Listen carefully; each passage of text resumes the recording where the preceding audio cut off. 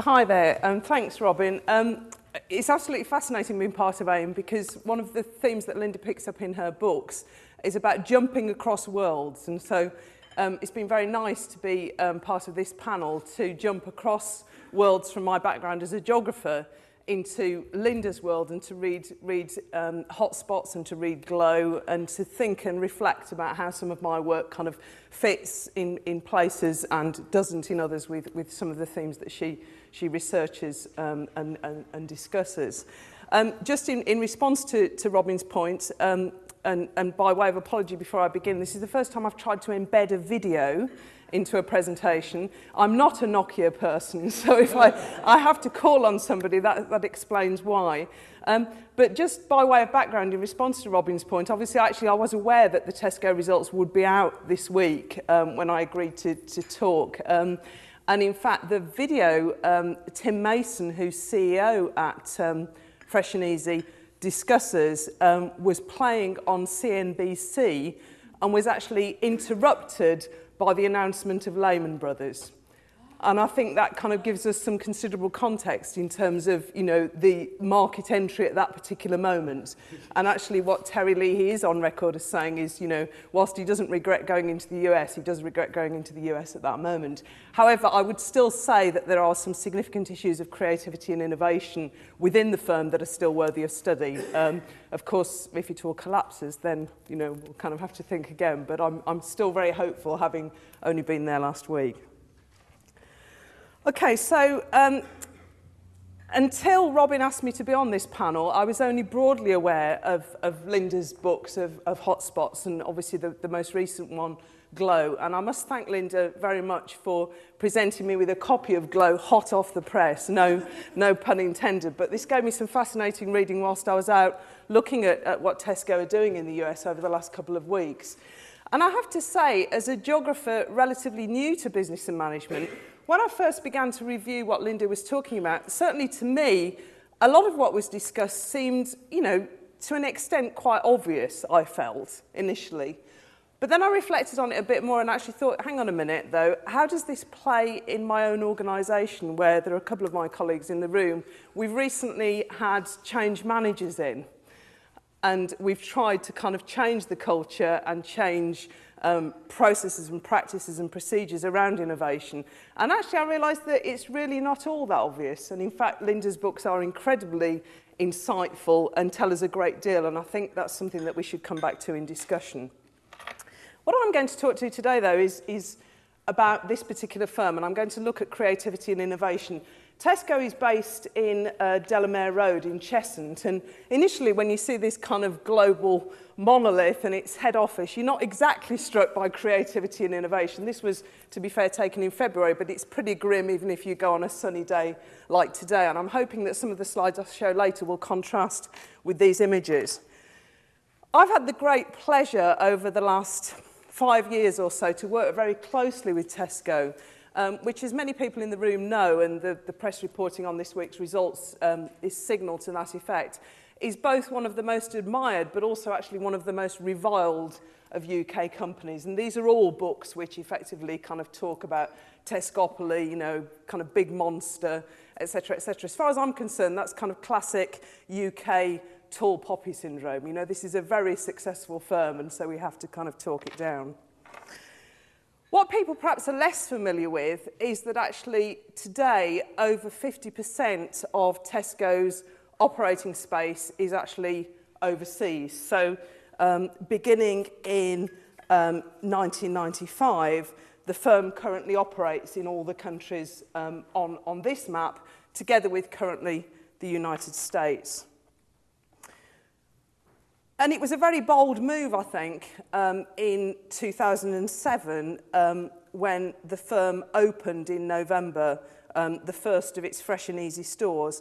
And because I wasn't sure when I agreed to be on the panel kind of quite how long I'd got, what I've done is just embed a small clip into the presentation, which hopefully will give you a flavour of what Tesco are doing in the US and will save me giving you further in terms of background information. So this is a clip from CNBC at the time. Oops.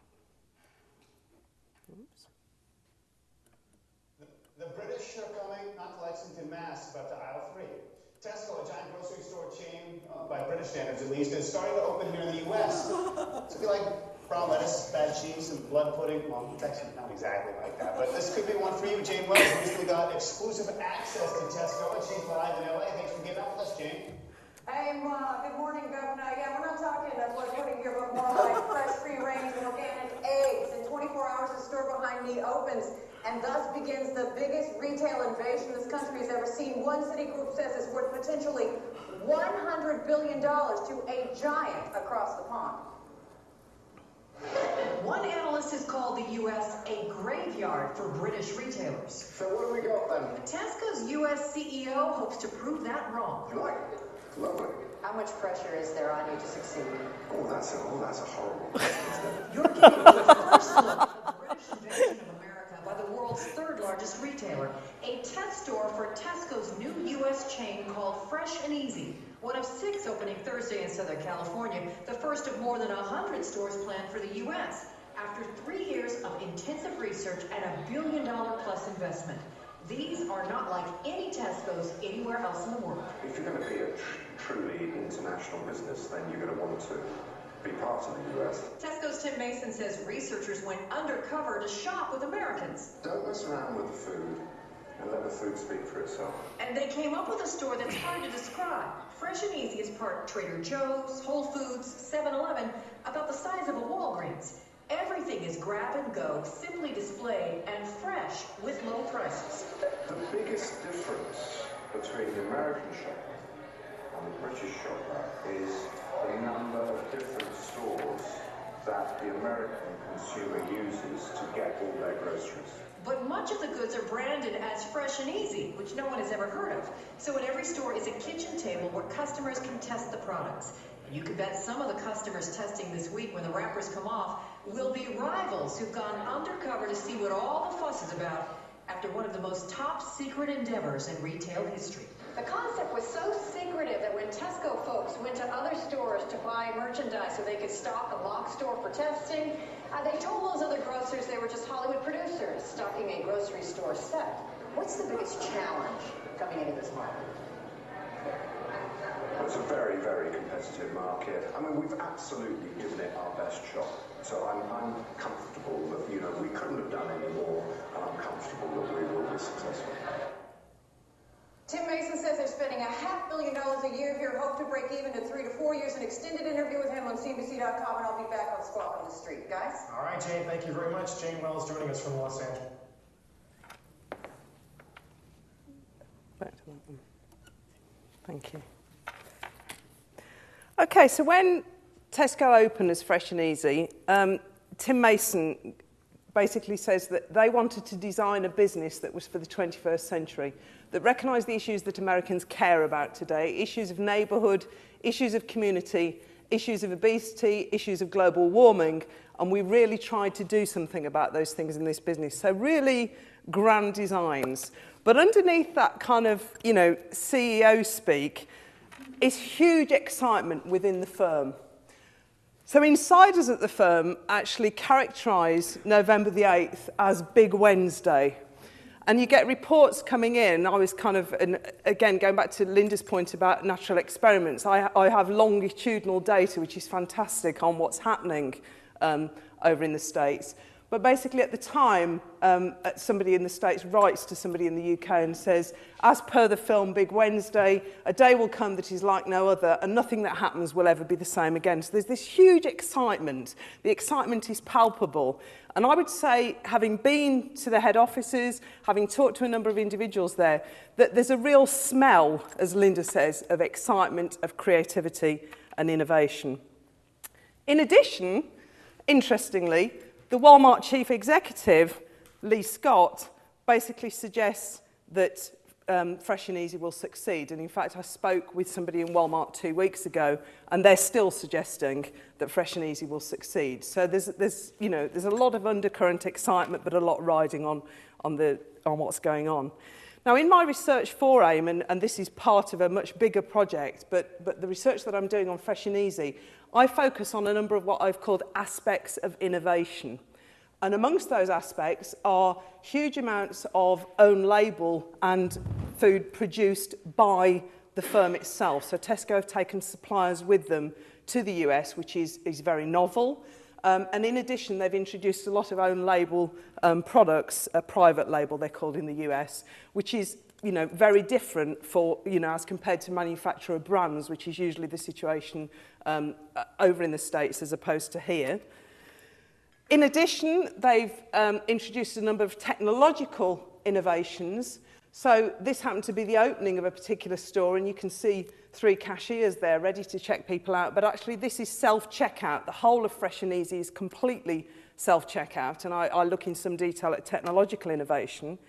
In addition, they've introduced a number of innovations in format, and you're really struck by small local formats. This is in Hollywood, in Los Angeles, but actually, to me, it looks more, the sort of place that you might find in a basement in Covent Garden or something. It's not what you would normally associate with shopping in the US, which is usually shopping in huge, massive supermarkets that you drive to, and then there's huge amounts of choice, basically. This is an edited choice for savvy and busy consumers.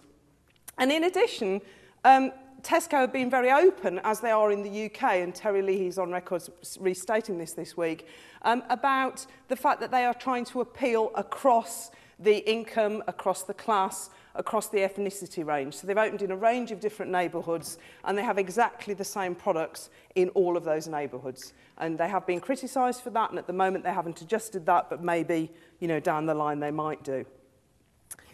Okay, so that's a bit of background on my particular project, and that's some of the aspects of innovation that I've looked at.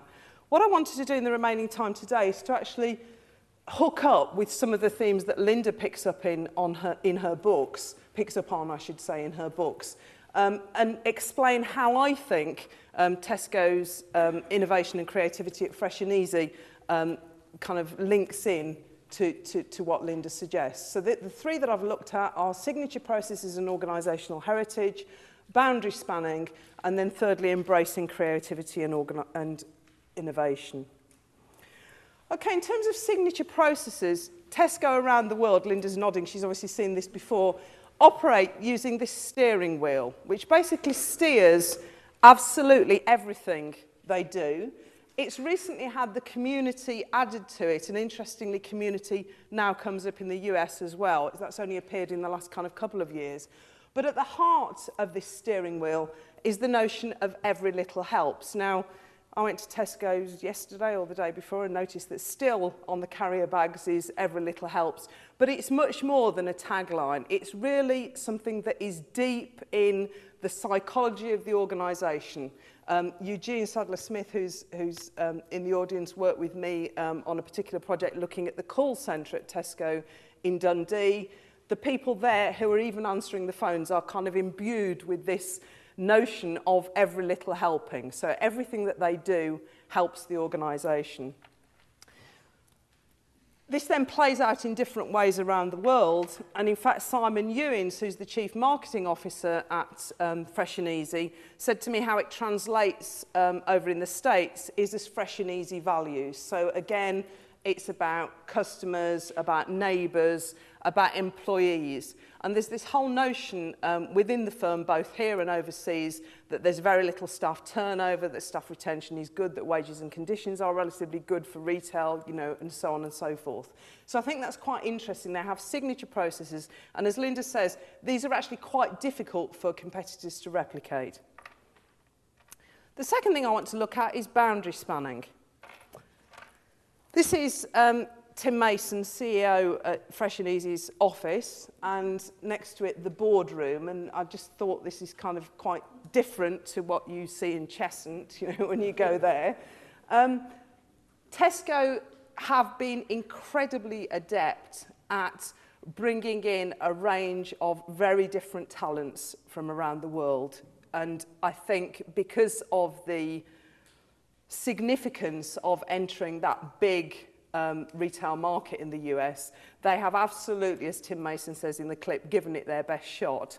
And what they've done is they've very cleverly assembled a team which includes a number of Tesco lifers, a number of people that have got 20, 25 years experience, but also a number of people who've got global expertise in other retail operations around the world. So they've worked in other global retailers, or they've worked around the world for Tesco. And the firm seems incredibly good at circulating those employees. In academic speak, we talk about knowledge activists and the way in which knowledge activists can help in terms of shifting learning around the organisation. But I would say that they are fundamentally extremely good at doing that. And not only do they do that at CEO level and at board level, but they also do it by importing fresh talent from local areas that they move into and then very rapidly promoting that talent. And in addition, they do, Linda in her presentation talked about reaching out to stakeholders. They do a huge amount of reaching out to suppliers in particular and expecting similar kinds of cross-fertilisation of ideas, bringing in new ideas, bringing in innovation, bringing in creativity. And I think there's something very important about the way in which Tesco are able to do this that perhaps other firms haven't quite grasped onto. The third and final thing is talking about embracing creativity and innovation. Again, these slides of advertising, of openings of stores, rather different from, again, what you'd expect in Cheshunt. But the example that I've chosen to pick out this afternoon is the example of the way in which Simon Ewins, as Chief Marketing Officer at Fresh and Easy, has been incredibly clever about picking up on contemporary consumer, well, the zeitgeist, really, of contemporary consumption in the US, which is much more internet-based, which is much quicker, which develops a much more flexible relationship with the consumer, and so on. So this is a whole series of blogs that the firm keep an eye on a regular basis. This is Simon Ewins' own blog, which he updates on a regular basis, and actually it's changed recently, and it's no longer just him, it's him and a couple of others, but for the first year of the firm being open, it was him, and it was very authentic, and Linda talks a lot in her work about authenticity. This is an example of a blog that's written in response to the firm's blog, and in fact the firm very specifically invite their bloggers in to store openings. They're in a conversation. Linda talks a lot about conversations with individuals, with people who are blogging about Fresh and Easy.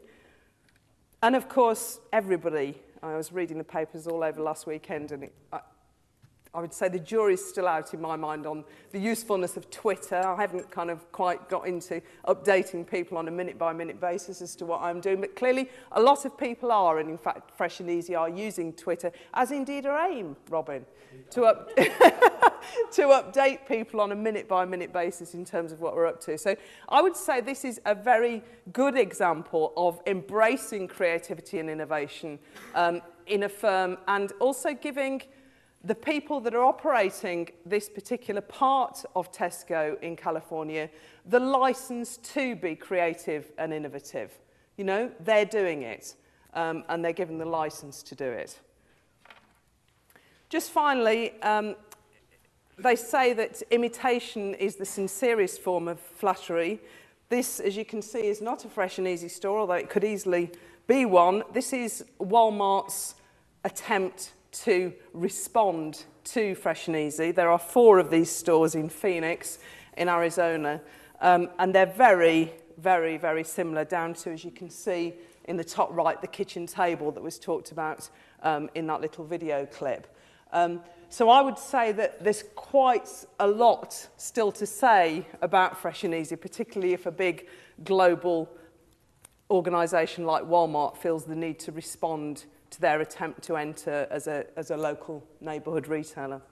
And then just finally, could I say thanks to Robin and thanks to AIM, because I certainly feel by my interaction in things like this that I've been able to glow at least a bit.